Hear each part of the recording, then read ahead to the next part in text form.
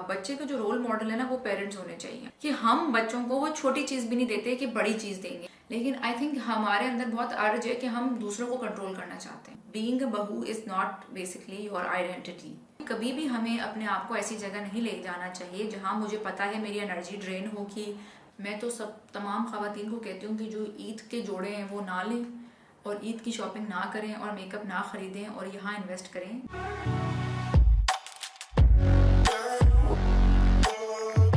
Hello and अस्सलाम वालेकुम, welcome to my YouTube channel. आज हम रिकॉर्ड करने लगे हैं वो सवालों के जवाब जो आपने मुझे भेजे थे इंस्टाग्राम पर। मैंने रात में स्टिकर डाला था कि you can send me your questions and I will be replying on my video करने का मकसद ये है कि जो क्वेश्चंस आते हैं उनका जवाब टाइप करना मुझे लगता है कि उस तरह से क्लियर नहीं होगा। So that's why I decided to do a video on this कि हम डिटेल में बात करें। दूसरी वजह ये है कि कल मेरे इतने काम थे कि मैं इतना थक चुकी थी by the end of the day कि मेरे पास बिल्कुल एनर्जी नहीं थी अपने नए सेगमेंट के लिए, वीडियो के लिए कुछ कंटेंट लिखने की। We are introducing a new segment, it's called personal development इंशाल्लाह। उसमें हम बात करेंगे about how can you help yourself grow as a person. उसमें फिर हम डिफरेंट चीज़ें डिस्कस करेंगे। पर कल बिल्कुल एनर्जी नहीं थी कि मैं कोई भी कंटेंट लिखती, तो मैंने अपनी कंटेंट प्लानर से कहा कि चलो हम क्वेश्चन आंसर्स करते हैं। और वो माशाल्लाह एक ही रात में काफ़ी सारे सवाल इकट्ठे हो गए हैं। So let's get started. पहला सवाल है हमारा, अच्छा, जॉइंट फैमिली सिस्टम में अच्छी तरबियत कैसे दें? व्हेन हर कजन्स फाइट और misbehave she follows immediately. Her joint family system different होता है और मुझे लगता है कि कितनी इंटरेक्शन है बच्चे की बाहर वो भी डिफरेंट होती है। कुछ बच्चे होते हैं वो सारा दिन बाहर खेलते हैं, कुछ बच्चे होते हैं वो कुछ वक्त के लिए बाहर जा रहे होते हैं और उनकी रूटीन इस तरह की होती है कि उनको वक्त नहीं मिलता। तो आई थिंक बहुत यंग बच्चे जो होते हैं उनका इंटरेक्शन बहुत ज़्यादा होता है। जो बच्चे बड़े हो जाते हैं, स्कूल गोइंग हो जाते हैं, उनका तो वैसे ही लिमिटेड होता है। I think joint family system is a very good मौका also to teach your kids कि दुनिया में हर तरह के लोग होते हैं, अच्छे लोग भी होते हैं, डिफ़िकल्ट लोग भी होते हैं, और हम दूसरों के मिजाज को देखकर अपना मिजाज नहीं बदल सकते। बट अगेन ये एज पर डिपेंड करता है। हम छोटे बच्चों को, बहुत छोटे बच्चों को ये बात नहीं समझा सकते। तो मेरा ख्याल है इंटरेक्शन लिमिट करना can help with very young kids. बच्चे का जो रोल मॉडल है ना वो पेरेंट्स होने चाहिए। अगर उसका रोल मॉडल बाकी घर वाले बन जाते हैं तो फिर ज़रा मुझे लगता है तरबियत में मसला आता है। आपने मोस्ट लवेबल और मोस्ट जो होता है ना क्लोजेस्ट बच्चे को होना है अगर आपने तरबियत अपने हिसाब से करनी है तो। वरना अगर वो सारा दिन है ही दादी के पास और फुप्पो के पास तो वो फिर ऑब्वियसली उन्हीं का इन्फ्लुएंस बच्चे पर होगा। तो आपने मेहनत इस पे करनी है कि कनेक्शन आपका बेहतरीन हो ताकि बच्चा जब कनेक्शन बनेगा तो बात समझ आएगी उसको। Next question is how to start reading habit with my 4-year-old girl. 4 साल की बच्ची है। अच्छा, what you can do is, एक तो आई रियली इनकरेज दिस कि आप बच्चों को लाइब्रेरी लेके जाएं और बुक शॉप्स लेके जाएं। जैसे यहाँ पाकिस्तान में मुझे नहीं पता अच्छी लाइब्रेरी, इस्लामाबाद में भी नहीं पता। तो what you can do is you can take your kids to stationery shops, book shops, ताकि वो जो जैसे हम टॉय शॉप्स लेके जाते हैं बच्चों को रेगुलरली, वो ख़त्म करें और बुक शॉप्स ले जाना शुरू करें और उसको पिक करने दें, pick and choose. Cartoon characters पे भी किताबें होती हैं और भी जो उसके इंटरेस्ट की चीज़ें, जैसे कि अभी आपने इंट्रोड्यूस कराना है और ऑलरेडी बच्ची 4 साल की है तो आपने इस तरह करना है कि जो चीज़ उसको पसंद है, फॉर एग्जांपल अगर यूनिकॉर्न्स पसंद है तो यूनिकॉर्न पे बुक्स ला के दें। अगर उसको फ्लेमिंगो पसंद है, एनिमल्स में देख लें जो उसको पसंद है और उसको साथ लेके जाएं ताकि वो अपनी बुक खुद चूज़ करे। दूसरी चीज़ टिप जो मैं दूंगी, अगर आपने रीडिंग बच्चों को वो करनी है, लव ऑफ रीडिंग बच्चों में डालना है, तो एक किताब जो है ना वो आपका मिनिमम है कि एक तो हमने रोज़ पढ़नी ही पढ़नी है और दिन का एक टाइम सेट कर लें। Usually bed time I think ज़्यादा सही रहता है क्योंकि बच्चे ध्यान से सुन रहे होते हैं इंटरेस्ट लेकर, और हमें भी पूरे दिन के कामों से फुर्सत होती है तो हम भी तवज्जो दे के पढ़ा सकते हैं। Which book you are using for translation of Quran? I am not using any book. मैंने बैना का कोर्स सब्सक्राइब किया हुआ है, ईयरली सब्सक्रिप्शन होती है और उसमें आप like you can find different lectures. मैं तफसीर के लिए वो सब्सक्राइब करा है because I really like doctor Noman Ali Khan lectures. और ट्रांसलेशन के लिए मैंने वो हाईलाइट बनाया हुआ है इन माय प्रोफाइल, आप वहाँ से देख सकते हैं कि कुरान ट्रांसलेशन के लिए मैं क्या यूज़ करती हूँ। Okay, so next question is my daughter loves to read books but I want to make a special corner for her. अच्छा, to make a reading corner is like highly recommended, आप ज़रूर करें, लेकिन उसके लिए मुझे नहीं लगता बहुत ज़्यादा आपको जगह की या उस तरह की ज़रूरत होती है। हम बहुत ज़्यादा प्रेशर ले लेते हैं एज पेरेंट्स, बच्चों को इससे फ़र्क नहीं पड़ता।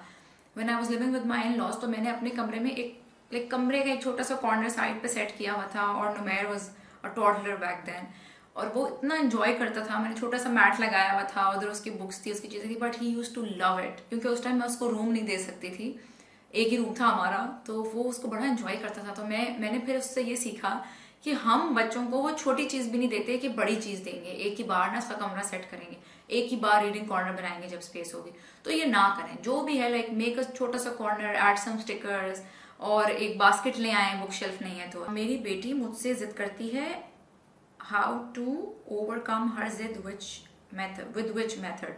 ये प्लीज़ आप लोग ये ज़रूर लिखा करें, क्योंकि जिद को भी आई थिंक यंग बच्चों को अगर हम सिखा दें, ये कि सिखा क्या दें, वो खुद सीख जाते हैं कि अगर मैं इतना रोऊंगा तो अम्मा परेशान हो रही हैं, इतना रोऊंगा तो अम्मा को एंजाइटी हो रही है, इतना रोऊंगा तो अम्मा ने ये काम कर देना है। तो वो सीख जाते हैं कि कितना ऊंचा रोना है और किस पेस से लेके जानी है अपनी रोने की आवाज़। और वाकई एक पॉइंट आता है where you know we get triggered and we like okay okay ले लो कर लो। पर उसका नुकसान ये होता है कि जब आप ये करते हैं ना, तो वो उसको तो आपने सिखा दिया कि आपने ये करना है तो बेटा मैंने तो आपकी बात मान ली, तो ये कंट्रोल करना बच्चे सीख जाते हैं पेरेंट्स को, और फिर ये यूज करते हैं इमोशनल ब्लैकमेल, तो फिर वो करते हैं emotional blackmail. Next question is ससुराल में अपने जोन में कैसे रहा जाए जब ज्वाइंट फैमिली सिस्टम हो जहाँ हर कोई उस्ताद बने। अपने जोन में तो आई थिंक बाउंड्री सेटिंग की तरफ जा रही है सवाल कि आप अपनी बाउंड्रीज कैसे सेट करें। हर कोई उस्ताद है, हर कोई जो भी है, आई थिंक वो आपका मसला है ही नहीं। जो अपने आप को जो समझता है, जो जैसे चलता है उसको करने दें। मैं हमेशा बहुत दफ़ा कह चुकी हूँ, फिर से कह रही हूँ, आपके कंट्रोल में ना सिर्फ अपना आप है, लेकिन आई थिंक हमारे अंदर बहुत अर्ज है कि हम दूसरों को कंट्रोल करना चाहते हैं, कि आपने अपने उस पर चलना है और अपनी बाउंड्री सेट करें। जब मैंने ये देखा कि जब हम बहुत ज़्यादा किसी के साथ बैठते हैं, बहुत ज़्यादा बात करते हैं, बहुत ज़्यादा फ्री हो जाते हैं, तो फिर उन लोगों को लाइसेंस मिल जाता है कि वो हमारी भी हर बात में बोलें, हमारी भी हर बात में करें।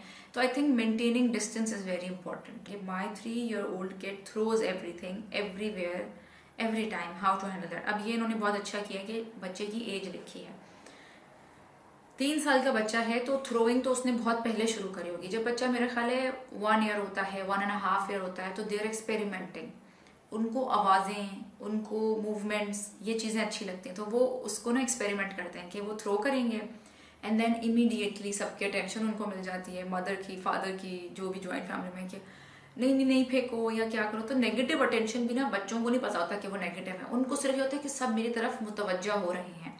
तो ये जब उसने किया होगा बहुत पहले, तो वो सब लोगों की अटेंशन मिलती है। ये मैं यंग बच्चों के लिए बता रही हूँ, आपके सवाल का जवाब देती हूँ अभी। तो नेगेटिव बिहेवियर को हमने अटेंशन नहीं देनी, कोशिश करें कि इग्नोर कर दें, वो खुद ही रुक जाएगा। अगर पानी, जिस तरह मैंने एक और जगह भी बात की थी कि अगर वो पानी गिरा रहा है तो वो थोड़ा सा गिरा लेने दें उसको। अगर आप फौरन रोकेंगी, सब उसको बोलने लग जाएंगे नहीं गिराओ नहीं गिराओ प्लीज़ ये वो, तो फिर वो काम वो करेगा बार बार अटेंशन के लिए। अच्छा, ये थ्रोइंग एवरीवेयर एवरी टाइम, अब आप उसको ये कर सकते हैं कि आप उसको ऑल्टरनेट दें। अगर वो कोई चीज़ फेंक रहे हैं तो उसको क्वेश्चन पकड़ा दें कि यू कैन थ्रो दिस, या फुटबॉल पकड़ा दें कि बेटा ये फेंक लो। तो जो चीज़ फेंक सकता है उसको डायरेक्शन दें कि ये चीज़ें फेंक सकते हैं और ये चीज़ें नहीं फेंक सकते हैं। तो next is how to stay motivated and positive being a बहू। बेसिकली बीइंग अ बहू तो मुझे नहीं पता, बट हमें सीखना ये कि how to stay motivated and positive as a person. तो जब आप एज एन इंडिविजुअल पॉजिटिव और मोटिवेटेड फील करेंगी तो आप हर रिलेशनशिप के लिए होगा वो आपके। बीइंग अ बहू, मुझे सवाल समझ नहीं आया, क्योंकि बीइंग अ बहू is not basically your identity. ठीक है, आइडेंटिटी तो आपकी अपने आप से है ना। तो आप इस पर देखें लेक्चर्स और मोटिवेशनल लेक्चर्स कि how to stay positive and motivated, उसमें से बहू का वो निकाल दें, क्योंकि अगर वो आपको अपसेट कर रही है चीज़ के, आई डोंट नो अब आपकी क्या सिचुएशन है, आपने डिटेल में नहीं लिखी। अच्छा, नेक्स्ट इंशाल्लाह जब हम क्वेश्चन आंसर करेंगे तो मैं ये करूँगी कि मैं ईमेल्स वाला ऑप्शन दूंगी, ताकि आप लोग थोड़ी सी बात डिटेल में लिखें और मैं उसको सही से डिस्कस कर सकूँ। मेरे दिमाग में बहुत कुछ चल रहा होता है, पर जब बोलना हो तो मुझसे नहीं कहा जाता, मैं क्या करूँ। रिसेंटली मेरा एक सेशन भी था, उसमें भी मैंने वो यही बात कर रही थी कि जब वो सिचुएशन में होती हैं और कोई इस तरह की बात कर रहा है जिससे वो अनकंफर्टेबल है या तंग हो रही हैं या तकलीफ हो रही है उनको सुनकर, तो उस टाइम वो उस इंसान को रोक नहीं पाती या मना नहीं कर पाती या एक्सप्रेस नहीं कर पाती कि मुझे अच्छा नहीं लग रहा, और घर आके उन्हें वो चीज़ बॉदर करती है कि मैंने क्यों उस इंसान को अलाउ किया कि वो मुझे ये कहता रहा, या मुझे ये कहना चाहिए था, या मुझे वो कहना चाहिए था। तो इसकी देखिए एक चीज़ तो ये कि अगर ऐसे लोगों की सोहबत आप अवॉइड कर सकें, अगर आपके पास ये ऑप्शन है तो आप अवॉइड करें, क्योंकि कभी भी हमें अपने आप को ऐसी जगह नहीं ले जाना चाहिए जहाँ मुझे पता है मेरी एनर्जी ड्रेन होगी, मैं एग्जॉस्टेड फील करूँगी और मुझे उन लोगों से मिलकर या उस कंपनी में या उस मीटअप के बाद खुशी नहीं होगी, उस गैदरिंग से मुझे हमेशा नेगेटिव फीलिंग ही मिलती है जब भी मैं वापस आती हूँ। तो वो अवॉइड करते हैं वो गैदरिंग। लेकिन मोस्ट ऑफ द टाइम्स ये होता है हमारी ख़वातीन के साथ कि वो मजबूरी होती है, जाना है, ख़ानदान है, रिश्तेदार हैं, ससुराली रिश्तेदार हैं, तो आपने जाना ही है। तो उसमें आप ये कर सकती हैं कि दिमाग में जो बात चल रही है वो आप नहीं बोल पाती, तो कुछ लोग मैसेज पे बात करना बेहतर समझते हैं या रिकॉर्डिंग भेजना बेहतर समझते हैं। मैं खुद when I am in a fight with someone, तो मैं अवॉइड करती हूँ कि मैं कॉल करके बात करूँ या मैं फिजिकली जाके मिलूँ। तो मैं रिकॉर्डिंग भेज कर, when you know I am a little stable, तो मैं रिकॉर्डिंग भेज देती हूँ कि this is what I am feeling, क्योंकि अगले इंसान को ये बताना ज़रूरी है कि आप महसूस क्या कर रहे हैं। मे बी आपकी नीयत ना हो मुझे वो फील कराने की, लेकिन मुझे ऐसा लगा, उससे ये होगा कि अगले को क्लियर हो जाएगा कि आपने क्या फील किया, इंस्टेड ऑफ कटिंग टाइज और मिलना बंद कर दें वो, क्योंकि ये बर्डन ऐड होता रहता है और आपकी स्पेस ऑक्यूपाई होती रहती है दिल में भी और दिमाग में भी। तो ज़रूर अगले को बता दें कि मुझे ये महसूस हुआ। मेरा बेटा कैंटीन आइटम्स शौक से खाता है, लेस वगैरह खाना खिलाने की इतनी कोशिश करती हूँ पर नहीं खाता। यार कैंटीन आइटम, अब बच्चे जो हैं देखें वो तो बच्चे ही हैं और हमारा दिल भी बच्चा ही है। हमें अगर मेरे सामने लेस पड़े हों या घर का खाना पड़ा हो तो मेरा भी दिल लेस ही चाहेगा ना कि मैं उठाऊं और लेस खा लूं, कोक पी लूं, फिजी ड्रिंक्स।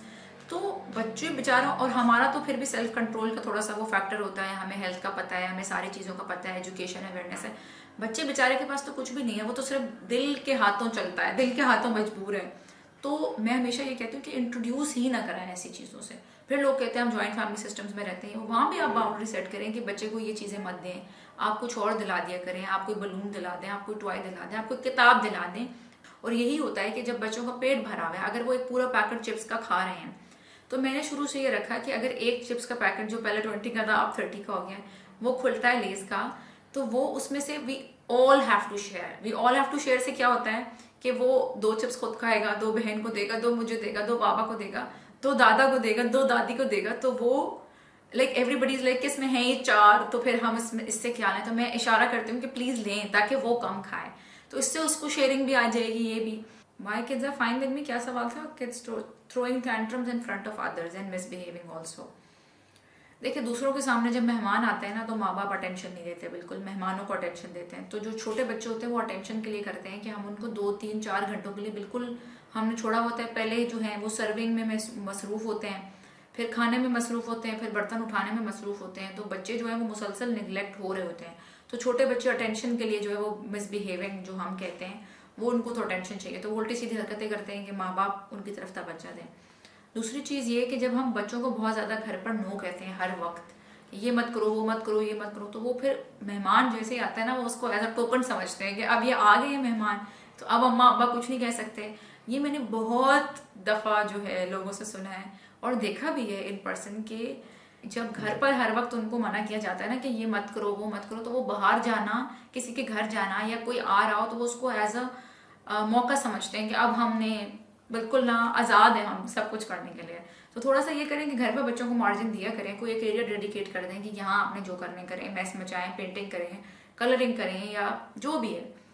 अच्छा, ये 3 सवाल हैं। How to keep anxiety and stress away when your mental health is continuously affected by toxic people around you and they are close family members, जिनके साथ ना चाह के भी डेली बेसिस पे इंटरेक्शन होता है और वो इतने टॉक्सिक हैं कि आपको जलील करने का कोई मौका हाथ से नहीं जाने देते। So stressful, please how to tackle. सबसे पहले तो ये मैं आपको कहूँगी कि आपको मतलब आप थेरेपी पे इन्वेस्ट करें, क्योंकि when you are living with such people who are toxic and they are draining your energy all the time, और जैसा कि आपने कहा कि आप इंटरेक्शन भी लिमिट नहीं कर सकती उनके साथ, ऐसी सूरत में अगर देखा जाए, अगर आप उनके साथ रह रही हैं कुछ अर्से से, तो आपकी मेंटल हेल्थ जैसे कि आपने लिखा है कि डिक्लाइन कर रही है और आपका एंग्जाइटी और स्ट्रेस ट्रिगर हो रहा है। तो सबसे पहले तो ये कि प्रोफेशनल हेल्प लें आप और थेरेपी में इन्वेस्ट करें। मैं तो सब तमाम ख़वातीन को कहती हूँ कि जो ईद के जोड़े हैं वो ना लें और ईद की शॉपिंग ना करें और मेकअप ना ख़रीदें और यहाँ इन्वेस्ट करें। जो लोग ये कहते हैं ना कि थेरेपी महंगी है, एक्सपेंसिव है, आप जो इन्वेस्टमेंट अपने ऊपर करते हैं, अपनी मेंटल हेल्थ पे करते हैं, उससे ज़्यादा बेहतरीन इन्वेस्टमेंट आप कहीं नहीं कर सकते।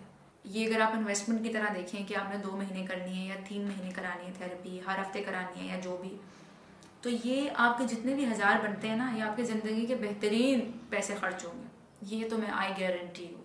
ठीक है, तो सबसे पहले तो आप वो करें। और दूसरी चीज़ ये है कि फिर जब आप वो करेंगे तो इंशाल्लाह वो जो प्रोफेशनल हेल्प आपको मिलेगी उससे आपको अपने बारे में अवेयरनेस मिलेगी, आपको अपना आप समझ आएगा, अपने इमोशन समझ आएंगे, तो अपने आप को प्रोटेक्ट करना आ जाएगा। बहुत से लोग जब बहुत लंबे अरसे तक टॉक्सिक एनवायरनमेंट में रहते हैं तो उनका जो प्रोटेक्टिव मैकेनिज्म है ना, डिफेंस मैकेनिज्म, जो उनका गार्ड है, that goes really down, they stop protecting themselves. तो you never get used to abuse. ऐसा नहीं होता कि आप अब्यूज से यूज टू हो जाए। अगर आपको फिजिकल अब्यूज़ है या इमोशनल अब्यूज़ है, आपको उसकी आदत कभी नहीं पड़ेगी, क्योंकि अल्लाह ताला ने ना एक सेल्फ रिस्पेक्ट का बड़ा स्ट्रॉन्ग इंसान के अंदर एक चीज़ रखी है। तो जब जब वहाँ चोट लगेगी तो हर दफ़ा शायद उतना दर्द नहीं हो, लेकिन दर्द होगा। तो ये सबसे पहली चीज़ है कि आपने अपनी वर्थ, अपनी वैल्यू को पहचाने and get independent, financially independent, emotionally independent. ये मैं हमेशा कहती हूँ कि जब तक आपकी ज़िंदगी का रिमोट कंट्रोल किसी दूसरे के हाथ में है तो वो जैसे चाहे वो बटन दबाएगा। जब वो रिमोट कंट्रोल आपके पास होगा तो वो आप खुद डिसाइड करेंगी कि मुझे अभी सोना है, अभी उठना है, अभी ये करना है, अभी वो करना है। आई थिंक लाइफस्टाइल में मैंने पहली बार आज शलवार कमीज पहनी है because we are recording on Friday and this dress is from Ethnic. मुझे बहुत लोग पूछते हैं कमेंट्स में, इंस्टाग्राम पर, कि ये ड्रेस कहाँ से है, तो अब मैंने सोचा कि मैं यूट्यूब वीडियोस पे भी बता दिया करूँ। So I think that's it for today. अगर आप लोगों ने और सवाल भेजने हैं तो आप हमारे कमेंट सेक्शन में भेज सकते हैं। बहुत सारे सवाल थे, मैं सबका जवाब नहीं दे सकी, बट इंशाल्लाह we can start a series maybe where हम महीने का एक दिन रख लें जिसमें हम सवाल जवाब कर लिया करें। ठीक है, तो I think that would be good, क्योंकि अभी आई थिंक मैंने आधे भी नहीं पढ़े, लाइक कुछ ही सवालों के जवाब दिए हैं, और सवाल इस तरह के होते हैं कि जवाब मुझे लंबे देने पड़ते हैं, बिकॉज मैं चाहती हूँ अगर किसी को हेल्प हो रही है तो पूरी कंप्लीट हेल्प हो, इसीलिए मैं टाइप भी नहीं करती जब वहाँ होते हैं। तो आई होप आप लोगों को ये वीडियो पसंद आई हो। कमेंट सेक्शन में बताइएगा कैसी लगी। कोई और टॉपिक अगर आपने रिक्वेस्ट करना है तो वो भी आप लोग कर सकते हैं। अगर वीडियो पसंद आई है तो लाइक और सब्सक्राइब करना ना भूलिए। I see you in the next video. अल्लाह हाफिज।